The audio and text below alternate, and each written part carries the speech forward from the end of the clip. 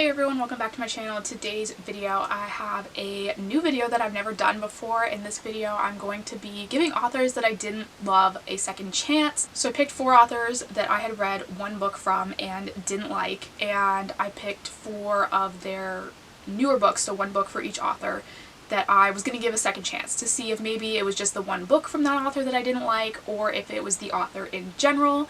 So let's just get right into it. The first author I picked was Libby Hubscher.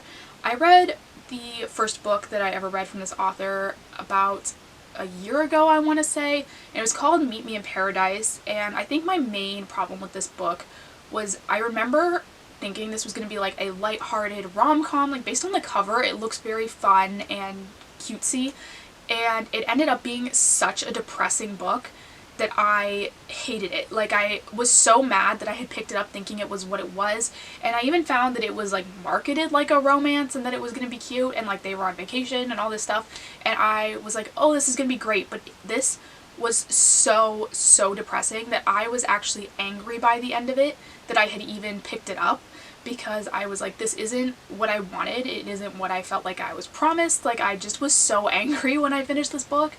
And so this author did have a newer book that came out that did sort of catch my eye. It was called If You Ask Me, and it's, again, got a very cute cover with a firefighter on it, and I was like, I've never read a firefighter romance, maybe I'll love this. And I was very intrigued by this one specifically because it is about a girl who is sort of having like an ex bonfire where she's burning her ex's stuff, and that's how she meets this firefighter. And it reminded me a lot of that scene in Friends where they have like the boyfriend bonfire and then the fire department ends up coming. And so that was part of what appealed to me about this one. So I was like, okay, you know what, maybe that first book was like a one-off thing, and you know, not all of her books are that depressing. And that was like sort of true. And I was enjoying this one in the beginning. I felt like it was set up really well. But I found that we veered off from the romance very quickly. The guy in this book, we really don't even see all that much of him. Like, I think if you combined every page that he was on in this book, it would probably be like maybe 5% of this book. And that bothers me. I hate when women's fiction is marketed as romance, because I hate women's fiction like with a passion. I've never picked up a women's fiction book and been like, oh, that was amazing. Like, I literally always hate it. And that's what this book was. This was 100% women's fiction, not a romance. It had a very small romance subplot line to it, but it was not a romance. And I feel like, again, these books are just being like horribly mismarketed, and so I ended up really hating this one too. I gave it 2 stars, and this is one author that I am certain that following this book I will not be picking up any more of their books, because to me, like, as a reader, if you can't even tell people honestly what your book is, then you probably think it's not that great yourself. Like, if you have to say that your women's fiction book is a romance to get it to sell, then like, why are you writing that? Like, that just doesn't make sense to me. Why not write a romance at that point? Like, if you know that that's what sells and you want it to sell. And I just don't get that. Like I said, I was mad at the end of both of these books because I feel like they were both mismarketed. They were both classified as romances, and they're just not. Like, they really are not. Like I said, will not be picking up another book from this author because I have been horribly disappointed by both of them, and for totally different reasons too. Like, I mean, I guess at the end of the day it is both like a sort of marketing problem, but the first book I hated because it was so depressing, and the second book I hated just because it was so boring and the guy was hardly even in it. If I remember correctly, this book with the firefighter mostly focused on this woman's job. It wasn't even about him at all. Like, he would show up occasionally, but it wasn't even, there was no like growth to their relationship, I feel like. Like, he was just kind of in the background subconsciously, like, there, you knew he existed, but like when he was actually present in the story was pretty much never. And I just really was so bored by the time I got to the end of this, and I was like, why did I put myself through that? But that actually happened with a couple books in this video. So like I said, this is definitely an author that I will be crossing off my list of people I'm willing to read from, because now I'm like, okay, it's not just the one book, it's the author. Next was Sara Cate, and I know Sara Cate is a very popular author, especially on like TikTok right now. I think her Salacious Players Club series has really blown up on there. I read the first book, Praise, hated it. I thought it was so boring. The only interesting parts were like in the first maybe 70 pages, and the last 70 pages maybe, and the book was like 360 pages. And so there was like 200 solid pages in the middle of just nothingness, and I was so bored reading this. But I was like, you know what? Every book in this series follows essentially like a different kink. And I was like, maybe this one's just not for me. Like maybe it's just, maybe like it appeals to some people. I don't know. But for me, like the first book was just so boring. And I was like, okay, I don't know if this series is going to be for me. Like everyone's raving about it, but I just really hated that first book. And so I was like, I can't see myself liking the rest of the books.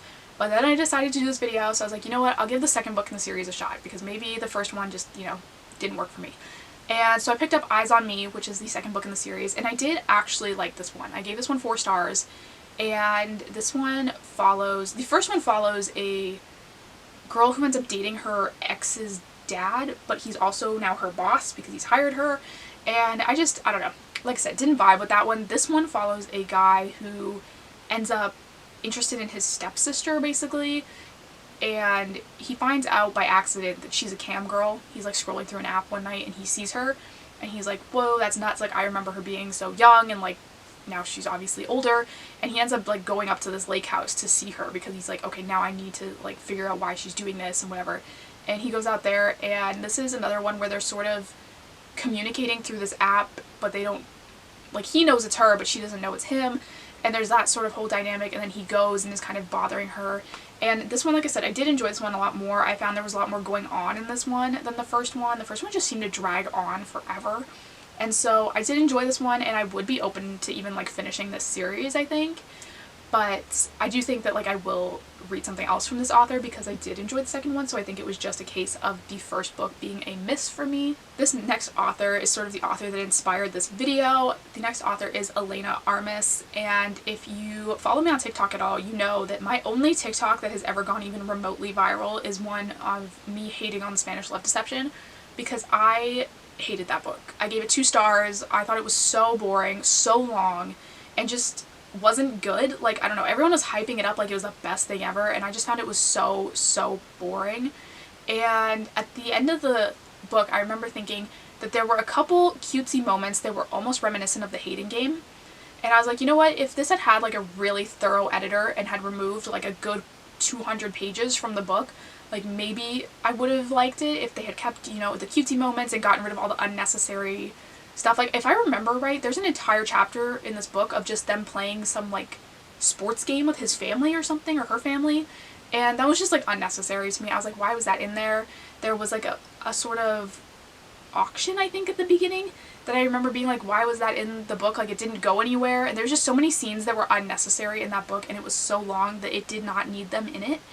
And I felt like with that one, I was like, you know what, it's her debut novel, maybe she didn't have a good editor. I know it was self-published, so I was like, okay, maybe she didn't have an editor at all. Like, maybe she just read her own book and published it. Like, what do I know? And so I was like, you know what, I'd be open to reading another book from her and seeing, like, with an editor, with a team, like, if it could be condensed more to be something that I would want to read. So I picked up The American Roommate Experiment, and the first red flag to me should have been that this audiobook is 15 hours long. That is way too long as far as I'm concerned for any contemporary romance book. Like, that's just, it's too long. And this one was actually worse than the Spanish Love Deception, because I literally read this a couple days ago when I'm filming this, and I can't even tell you what the point of this book was. Like, they end up accidentally living in this apartment together, and that's it. That's like the entire book. And there was no cutesy moments in this one, like those little moments I had mentioned in the Spanish Love Deception. I found this book had none.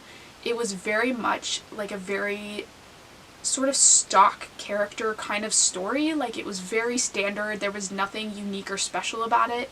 And I just kind of was like, why am I reading this? Like, it wasn't going anywhere. It wasn't interesting. It wasn't exciting.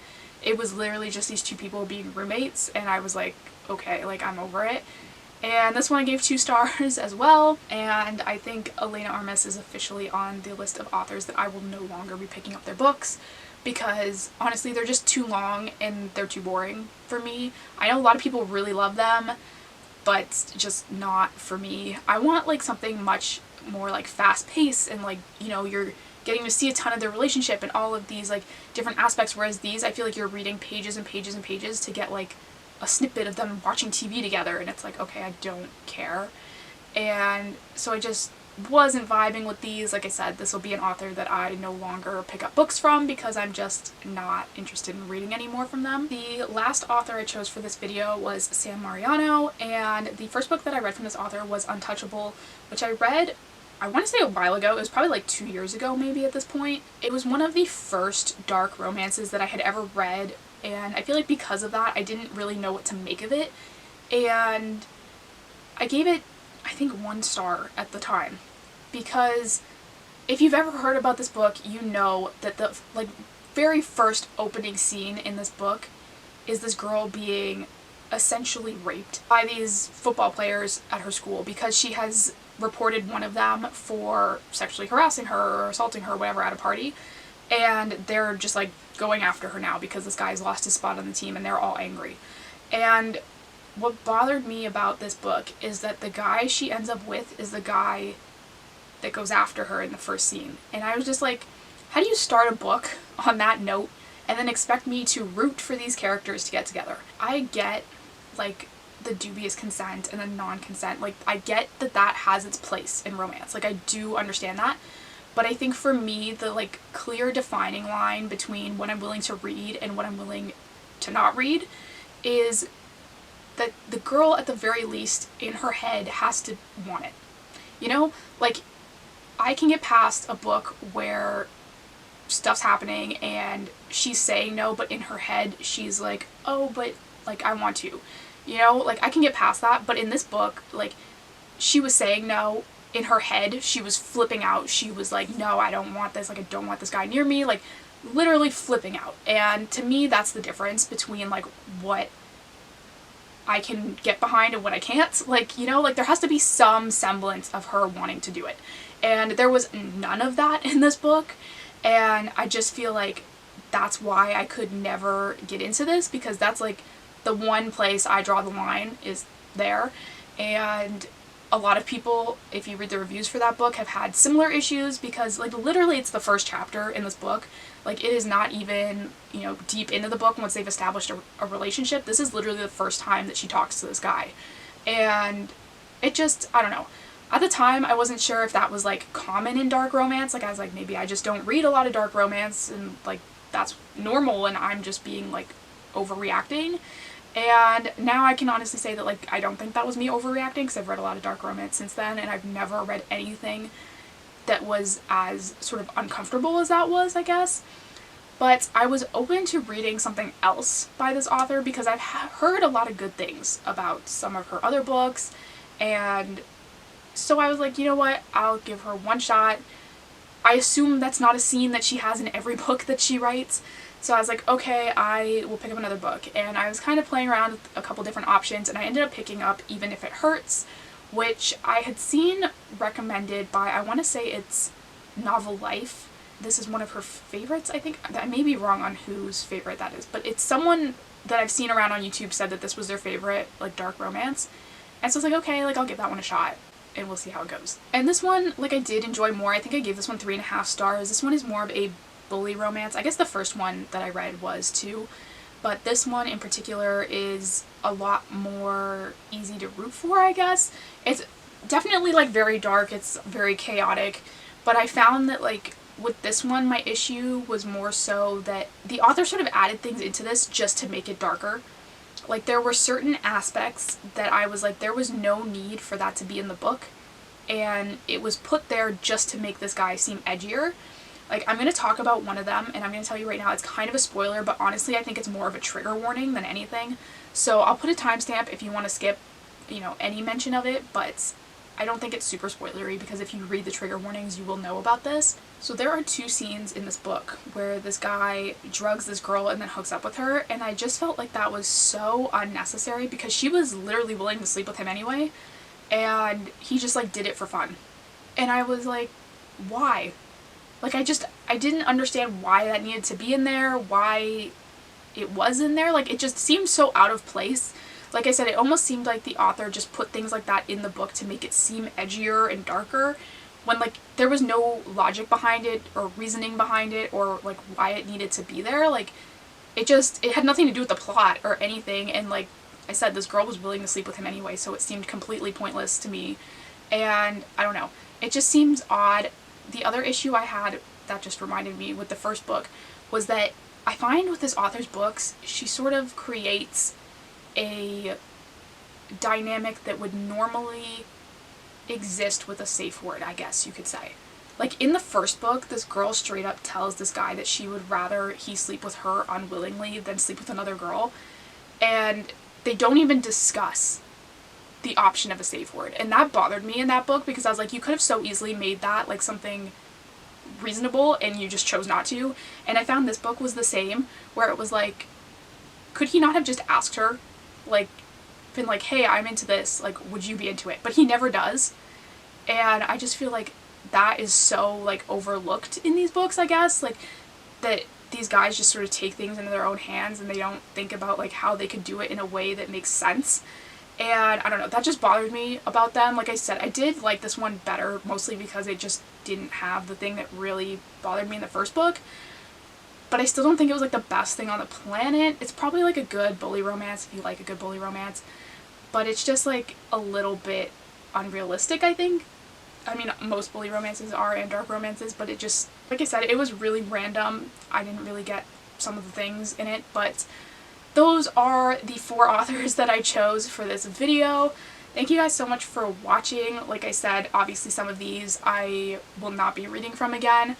I don't think I'll read from Libby Hubscher or Elena Armas again. Sara Cate I will pick up again, and Sam Mariano I think I'd be open to picking up something, but it would have to really like speak to me for me to be willing to read it. So we'll see if that ever happens. Not 100% sure. But that is everything for today's video. So thank you guys so much for watching. Don't forget to hit the subscribe button down below. I'm currently doing new book videos every single day for December, and I will see you next time.